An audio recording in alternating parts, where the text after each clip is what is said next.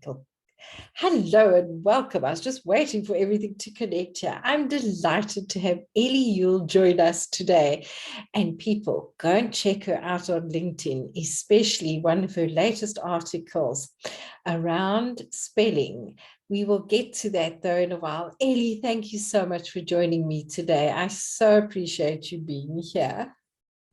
Oh, Janine, thank you so much for inviting me. I'm absolutely delighted to meet you and to be here. It's such a joy. Likewise, I think it's awesome.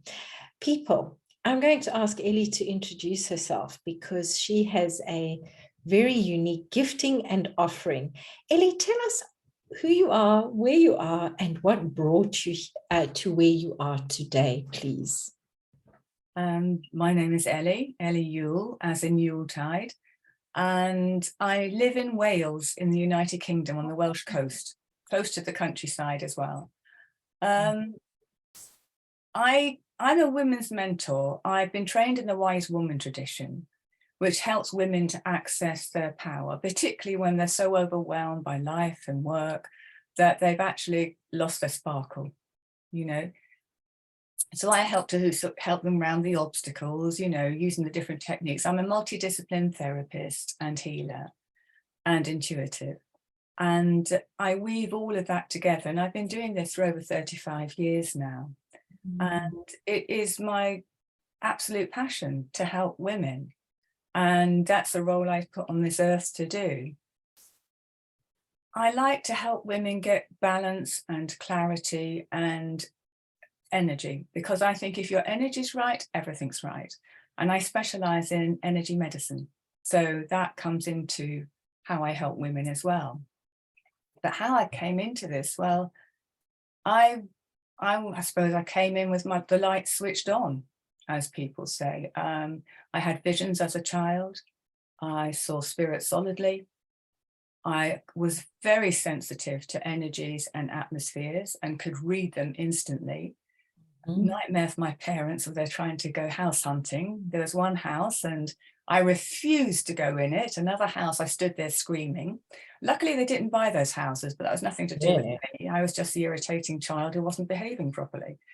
And being the age that I am as an older woman now, I'm in my early 60s, I was not accepted by my peers. I was not accepted by adults. My gifts were not recognized. I was considered that strange, introverted child.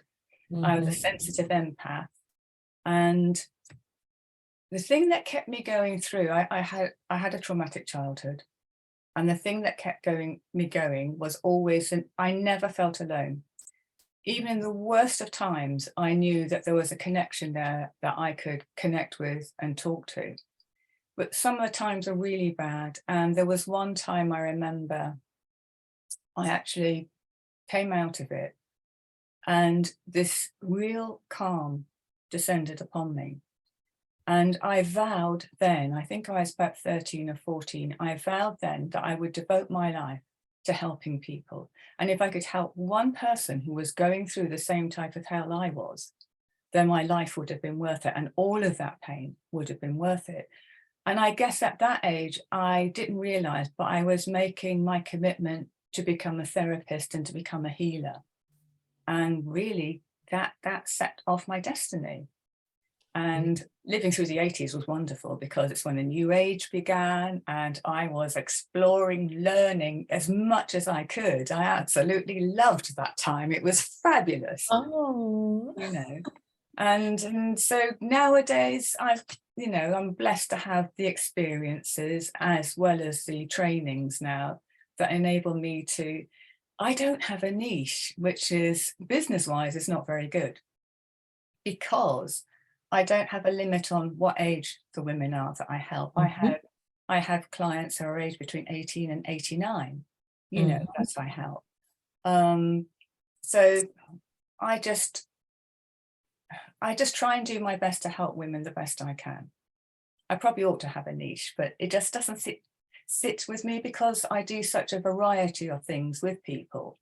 I can't say that, oh, I can do that for you, because I can also do this, this, and this. And if you haven't got this right, then that won't work, May I offer you something?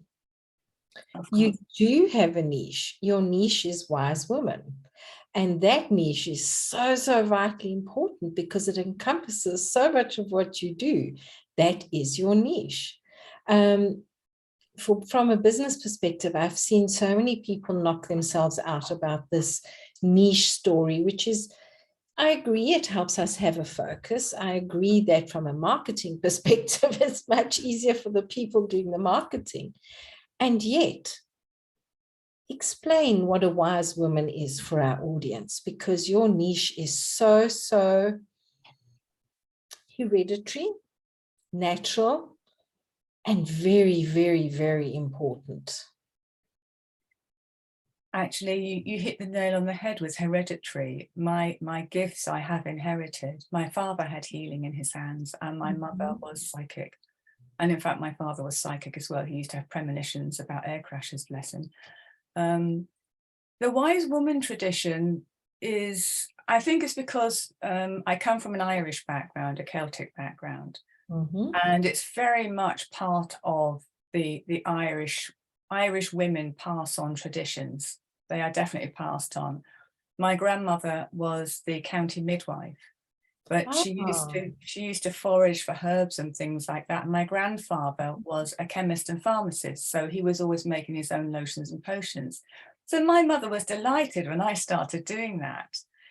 And I was always called a witch at school. And of course, when you're young, you don't want to be called that, do you? But actually they were spot on, you know.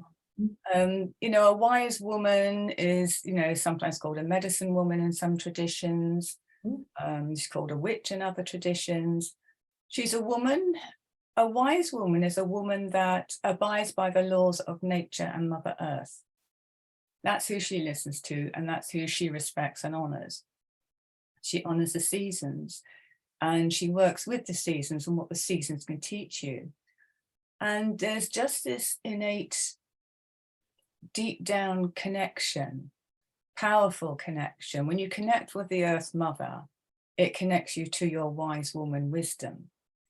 And I've been blessed to be trained and work with Native American Indian medicine women as well. And, who've become, one of them became a very close friend. And it's just something, every woman is a wise woman. She just doesn't realize it, It's an old tradition that I say in my LinkedIn bit that I want to bring the F back into business, and the F stands for the feminine. Yes. Because having come through the power-hungry 80s, when women were dropping their voices deeper, wearing shoulder pads, trying to act with male mannerisms in order to get on and break through the glass ceiling, I looked around me, I thought, no, that's not the way to do it. The feminine way is far more powerful. You draw what you want to you. You don't have to be there, out there grabbing it. Well, it depends on your personality type, I suppose. But for me, your feminine power is you draw to you what you need. Yes. There's a magnetism that all women have, which is part of their wise woman power. If they realized it, they could manifest whatever they want in their lives. And I have an annual retreat, and we go into that in much, much more detail for the women. Oh, that sounds awesome.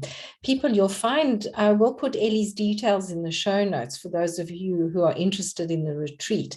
And for those of you on the podcast, go and pop over to YouTube or to LinkedIn and see how gorgeous Elly is in her femininity as well as her feminine energy. Elly, that's very interesting that you say that, because I've come to understand that, yes, it is vital we work in our balanced feminine and masculine energies, because the feminine is the river flow, the masculine is the river banks. And when we allow ourselves to work together, we really do create magic. And people who are scared of magic, like you mentioned, when we work with Mother Earth, when we move with the seasons, it just creates with so much ease. How have you experienced this ease in your life, and where have you experienced it? I always find I'm at ease in nature. Nature is just the most healing environment for me. I always have to live near trees. I have to be near trees. I'm very blessed to live by the coast, so we also live by the sea, which as a water sign is perfect for me as well. I think there's been a lot of challenges along the way. It takes a long time to heal your own inner male and inner female, so that you can become more balanced and in order to help other people. And there's a lot of talk about, oh, this is the era of the feminine. And I'm thinking, it's not. Women will lead the way. However, we're moving into the fifth world of peace, which is the era of true partnership. And, you know, it'll be the women that lead the way for that, because the women have the strength and the power, and they're growing in power and stature and status and stepping into their power more these days, which is wonderful. And unfortunately, men are getting left behind. Men, they need more support. We need more wise men to help men heal themselves and access themselves so that they can be ready to be part of this era of true partnership. As you say, getting that balance between the male and the female, understanding that there's a place for both. Men have in the Native American tradition, men are the holding energy. They hold the space, they're the protectors, to allow the women to do the other work that they need to do, like, you know, sensing what's going on and giving advice and healing, you know, but at ease, always in nature. Beautiful. You mentioned about healing. Now, there are so many different types of healing, and I loved reading and working. I love energy, working with energy. I know you're an energy healer. What is your way of working with energy? It really does depend on what the person needs. I can either do it through silent transmission. I also do shamanic healing, which I can transmit through screen. You know, I don't see that many people in person anymore. I tend to do everything online. Me too. I teach people energy medicine techniques so that they can learn how to balance their body and to cope with stress better. So I just kind of weave in everything that I've been trained in. And a lot of it's intuitive. A lot of it's like, oh, that person will need that, so I'll do that, you know. That's beautiful. I also saw that you have now I'm going to glitch this word, apothecary garden business. And I know I love working with herbs and plants and even like spices, because they're herbs in their own way. And when you were saying that you started creating lotions and potions, please share a bit about that, because to me, that is one of my passions. Oh, I started as a child doing that. Oh, yes, you know, making rose water and things like that. Oh, yes. And this is before I realized that my grandparents had been so into it and I'd inherited it. And when I was a teenager, I was always like, you know, if I wanted a particular color nail varnish, I'd start mixing nail varnishes together to get the color that I want. And then my friends would come and say, oh, I've got this dress. Can you match a nail varnish to it? And then the actual flower essence part of it, I had been in the UK on a course. I was on a train on the way back, and a friend has sent me something. Said, there's this great course in Alaska. When you get back, give me a ring. That was on the Monday night. On the Wednesday night, I was on a plane going to Alaska to train in a course I knew very little about. I'd used the batch remedies, mainly with my plants, actually. And it was amazing that I was allowed to go on it, because most people had to fill in this stack of, you know, application forms. The tutors tuned in and said, yes, she can come. And I had one day to organize everything. I arrived in it. Well, I stayed in Oregon first with a suitcase full of dirty clothes before we transferred to Alaska. Had the worst jet lag I've ever had in my entire life. And it was absolutely life-changing. It was the biggest decision I'd made. I'd never been that far on my own before. And it was like, I always say to people, it's like this giant spirit hand pushing me in my back, pushing me, saying, yes, you must do this, you must do this. It was life-changing. My life has never been the same since. I had a natural affinity for it, and I was already a trained counsellor, so I started using them to help my clients in between sessions.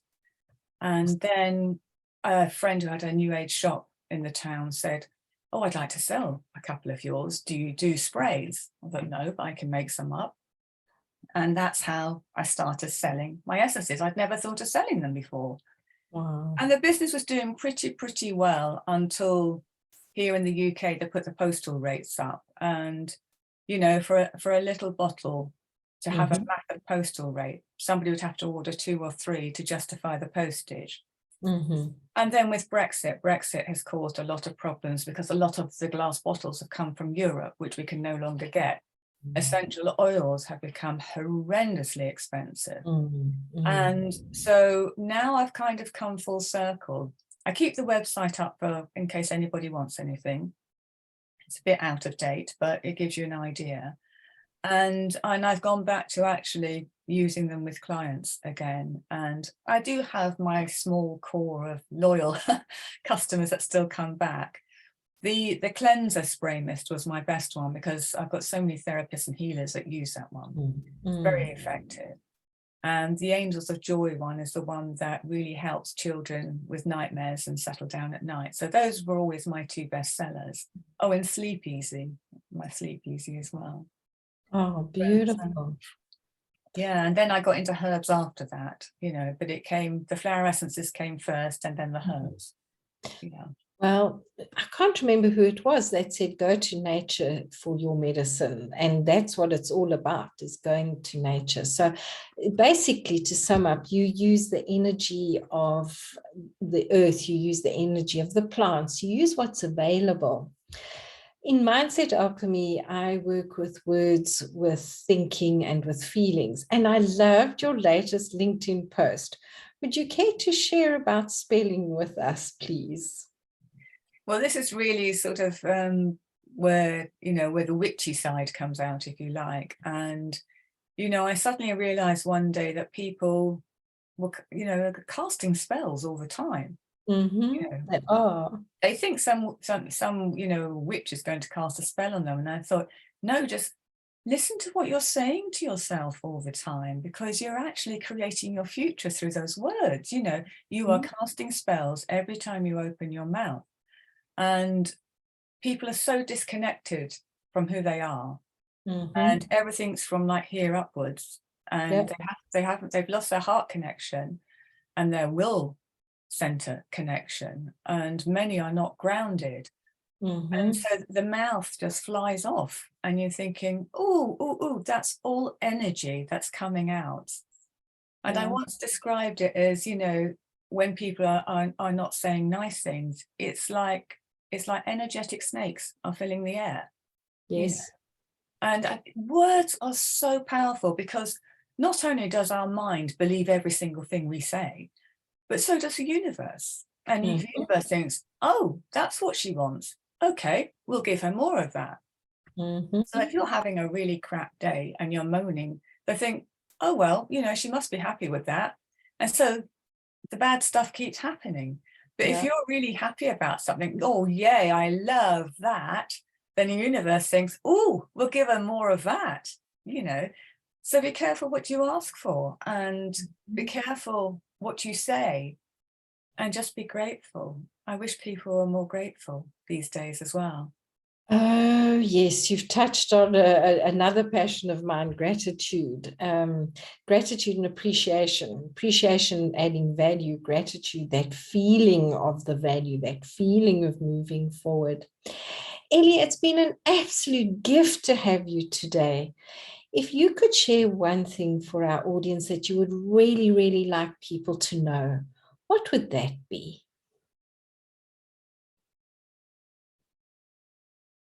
You are okay. You are okay just as you are. You don't have to compare yourself to anybody. You don't have to be anything else. I would say, Just be yourself. Beautiful. That is so beautiful. Elly, thank you again for being here today. It has been an absolute pleasure to have you. People, please reach out to Elly, go and see what she can help you with, especially how to avoid spelling yourself. And go and take in some of her wisdom, her wise woman advantage, because that is a gift you would be giving yourself. Again, Elly, thank you very much. We appreciate you being here. Thank you so much, Janine. It's been an absolute pleasure. I feel like I could talk to you for hours. I know. I feel the same way, especially about herbs and things. People, come back. We will invite Elly on again. Thank you for joining us, and have a beautiful and incredibly aware day. Bye-bye. Bye.